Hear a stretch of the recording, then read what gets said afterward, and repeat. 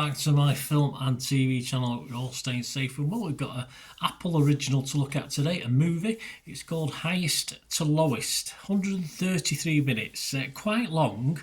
Although you know me and long films, this wasn't that bad actually. We'll talk about that, of course. A crime thriller directed by none other than Spike Lee. Yes, an Apple original. Odie Henderson from the Boston Globe said this is one of the year's best films.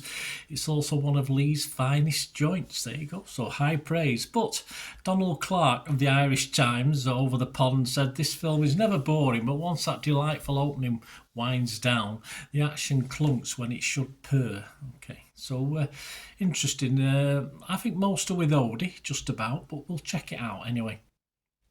Please, guys, before we do, if you could hit that like button, that'd be wonderful. The subscribe button if you've not already done so, and there's something called a hype button now, isn't there? Somewhere down there on YouTube. So if you can give us any hype points, guys, it helps all the algorithms or logarithms, whatever they are, that help out all these channels, or my channel specifically, if you like, etc.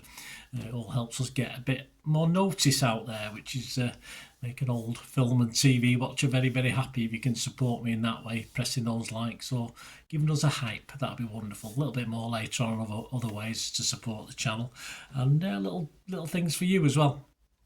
Right, let's talk about this. This is an English language remake of Akira Kurosawa's 1963 Japanese film High and Low. Now, I have seen this, but it's a long time ago.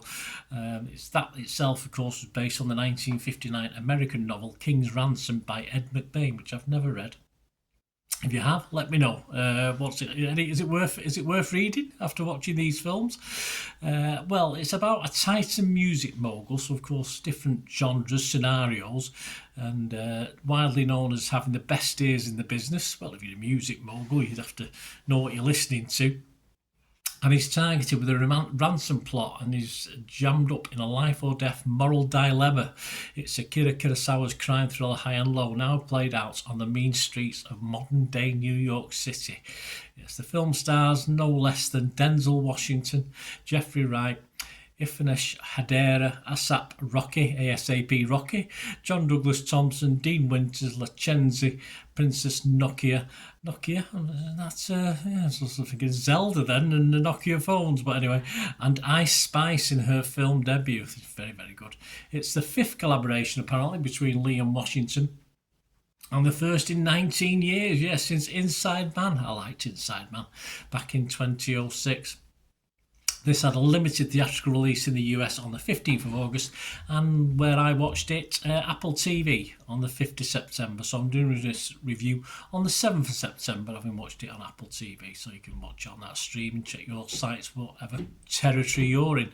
Right, my thoughts. As far as legend Denzel is concerned, I've not always jumped on board wholeheartedly with his stuff, but here is, for me, is at his most watchable and his best for me for quite a while. A very good supporting cast. There's no real weak links in this film at all. From the tunes, from the singing to the acting, it's all good stuff. The problem with doing what's been done before, of course, in any language, is that comparisons have to be made. As I said, I've seen the original, but thankfully I'm not going to go back and watch it, and thankfully my old brain doesn't remember too much about it. I've not read the novel, as I said, so this review is purely on the film I'm watching. Entertainment value of this film, 2 hours plus, that Denzel Washington stars in. Michael O'Donnell of San Francisco Chronicle said the movie doesn't just suffer by comparison to High and Low, taking it by itself. Its pace drags, its tone staggers, and its ideas are muddled. Does it drag, stagger, and be muddled? Well, I've already said it is too long. It is. But it does fill the time fairly well. I wasn't at all at any time that bored, reaching for a phone to check my messages or anything like that. And if it staggered, I thought it staggered along pretty well. It kept a nice straight line while it was staggering. And muddled, I don't know. There are little subplots, but they're all part and parcel of what this is about, and I don't think it's muddled at all. I thought it's very Spike Lee in its presentation, but everything's got its place in the film as a whole. So I'd have to probably disagree with all those comments by our Michael there from the Chronicle. Music wise and soundtrack wise, this is excellent. Some great stuff from Oh What a Beautiful Morning. My good lady wondered what the hell I was watching, but I'm a big Oklahoma fan, so it wouldn't have been a surprise if I'd been watching that. But hey, I've not watched that for a long, long time. But yeah, so the soundtrack is excellent. Of course, the modern soundtrack. I'm very eclectic in my taste anyway, so I quite enjoyed it. And that opening sequence where Denzel's chatting on the phone from his apartment balcony overlooking New York. I don't know. Obviously, that's a well-known bridge. I don't know which bridge it is. So that view of New York, absolutely superb. I mean, you'd kill to live somewhere like that, wouldn't you? Or I would anyway. If I was into New York, which yeah, I'd love to visit. I don't particularly want to live, but if you lived in a place like that, would it matter much? Probably not. Ed Possum from The Times said, sometimes a couple of scenes can make all the difference. Well, that's what you get with this, just when it does appear to get a little bogged down at times. Denzel at his best has a scene where he can get his teeth into it. And yeah, I think about 3 or 4 good scenes in this, and thankfully, despite 2 hours plus, that's probably enough. I mean, the rest of it is fine. It fills the time okay. And say for me, as you know, I don't like films to drag on too long. It was probably just about right. Yeah, if anything, 5 or 10 minutes too long, well, that's nothing, is it? The Independent's Jeffrey McNabb said, if everything seems familiar from countless other crime dramas, at least the film is very slickly and creatively directed by Lee. I mean, Jeffrey's right, of course. In other hands, this is probably more of the same, but the hands of Mr. Lee, I think it raises it above sameness and we get more out of it. Helen O'Hara from Empire Film Magazine said, Denzel Washington's unshakable gravitas anchors a dazzling jazzy riff on the crime drama that somehow feels wildly uplifting for all its grit. Again, yeah, Denzel at his very best can do this in a film, can't he? As I said, I've not always been convinced by Denzel's parts in certain films, but I just thought he raised this above the ordinary, or above the routine, if you like, of this sort of crime drama.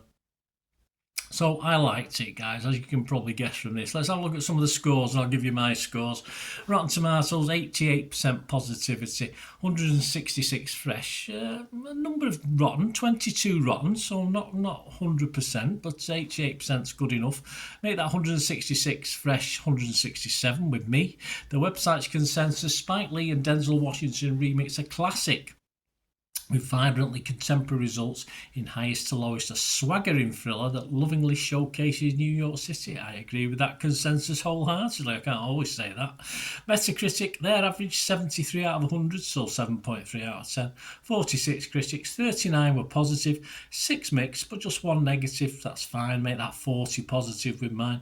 The audience, Joe Public, where it really matters, a bit mixed actually. Yeah, Rotten Tomatoes audience loved it, 4.3 out of 5. Metacritic users not so much, only about 60 odd of them as I'm recording this, but it's only getting 4.8 out of 10. That's a bit low. And even Internet Movie Database I thought was a little bit low as well. It's coming out after 7,000 scores and reviews. This could drop potentially, although I'm hoping it'll stay around this figure. And it's only getting a 6 out of 10 on Internet Movie Database. A little bit disappointing. I think they probably want a little bit more than that. Certainly it's for a Spike Lee film, Denzel Washington collaboration. So 6 out of 10. I'm hoping that might rise a little bit over time. Personally, yeah, I thought this was very good. So I'm going to give it a 7 out of 10, which for me is pretty high anyway. There's not many films I give more than 6, 6.5, etc. But or series. But I'll give this a 7 out of 10. Certainly more enjoyable than I expected. I thought it was going to be a bit another Denzel where, yeah, he's okay, but this one, I thought it was excellent in this one. Denzel, back to his best for me. Not that he's been that bad, but you know, I'm a hard taskmaster. I think he's done some pretty average stuff, but this is quality from Denzel. I liked it. Let us know your scores, guys. Let us know your thoughts on this film or anything to do with film and TV. If you do want to contact me, or you just want to try and help support the channel, if you like my content, how I do it, I hope you like the format of it. I check other people's reviews and comment as well, and that's how I do it. That's my style. Other people like to ramble on about their own views of stuff, but that's not how I do things. So if you do like the content and want to help support the channel, there are ways of doing that. Just please stay watching and listening. Hi again, hope you enjoyed the feature, guys. Thanks for watching. Please, if you did enjoy the content, please like, give us a thumbs up, and if you've not already done so, press that subscribe button. If you've not already subscribed, that'd be wonderful. It's free to subscribe, absolutely free. Also, check out my social media links if you want to follow me on TikTok, Instagram, X, Facebook. They'll all be in the description below. And my special thanks to supporters of the channel, yes, Piat6505, who have an eBay shop selling film and TV memorabilia, including posters, books, magazines. There'll be a link again in the comments section. And if you're into your football, don't forget my football stuff on Manchester City for general football fans, but mainly City fans, of course. Or if you know someone who might enjoy that, give them a kick in my direction. I'll be very, very grateful. And as ever, guys, comments on this feature is wonderful. Anything to do with film and TV is always very, very welcome. It's great to talk film and TV. I thank you guys for your support. Stay safe, everyone.